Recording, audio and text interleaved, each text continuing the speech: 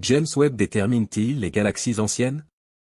En août 2024, des recherches ont été menées pour tenter de déterminer que les données obtenues de James Webb ne déterminent pas des galaxies si anciennes ou si massives. Comment a-t-il essayé de faire ça? L'étude tente d'utiliser un système probabiliste pour tenter de déterminer que les bandes infrarouges ne sont pas aussi fortes et que la force de la lumière est impliquée dans la lentille gravitationnelle du trou noir. Quel est le vrai problème avec cette méthode? C'est le choix de l'espace d'échantillonnage. Lors du choix de l'espace échantillon, c'est-à-dire du bloc de galaxies choisi, il existe des variations dans la lentille gravitationnelle. Lorsque nous regardons autour d'un trou noir, la lumière est déformée, cette distorsion implique une plus grande distorsion à proximité et une moindre distorsion à l'écart du trou noir.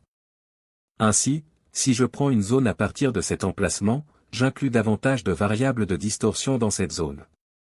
Utiliser le système d'échantillonnage d'une zone de distorsion qui varie avec la distance génère des incertitudes probabilistes.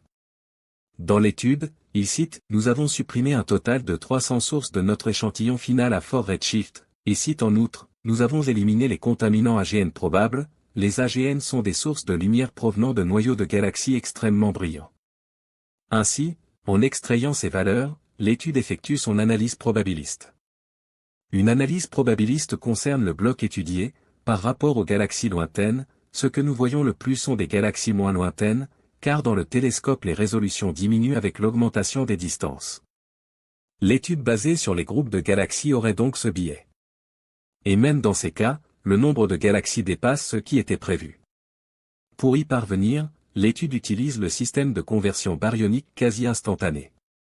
Qu'en serait-il? La conversion des baryons, c'est lorsque les quarks et les gluons se combinent pour produire des baryons, qui généreront des protons et des neutrons.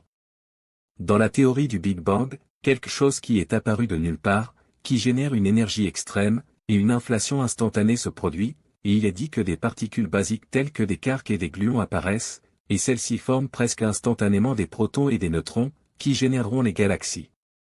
Quelque chose de tellement hors de probabilité qu'il devrait vraiment être considéré comme de la magie et non comme de la science. Afin de ne pas commettre d'erreur d'étude, il ne faut pas considérer les galaxies comme un espace échantillon, en raison de l'erreur dans le choix des objets, qui peut provoquer des erreurs dans la courbe probabiliste. Pour que cette erreur ne se produise pas, il faudrait disposer d'un espace d'échantillonnage extrêmement correct, et lié à des valeurs de base absolument certaines, comme groupe témoin. Ce qui n'est pas possible dans cette étude. Nous avons plusieurs postulats pour définir une courbe probabiliste et définir des changements pour l'observation des galaxies décalées vers le rouge. De plus, l'étude n'aborde pas la métallicité des galaxies en question. L'étude tend seulement à dire que les mesures de James Webb sont fausses, en affirmant qu'il voit plus de lumière qu'il ne le devrait en réalité. Bonjour, notre vidéo est terminée, mais vous trouverez bien plus de nouvelles sur notre chaîne YouTube, Buscada Verdad, et sur notre site reformadoresdazode.com. Actualité en vidéo et texte avec divers conseils sur la santé.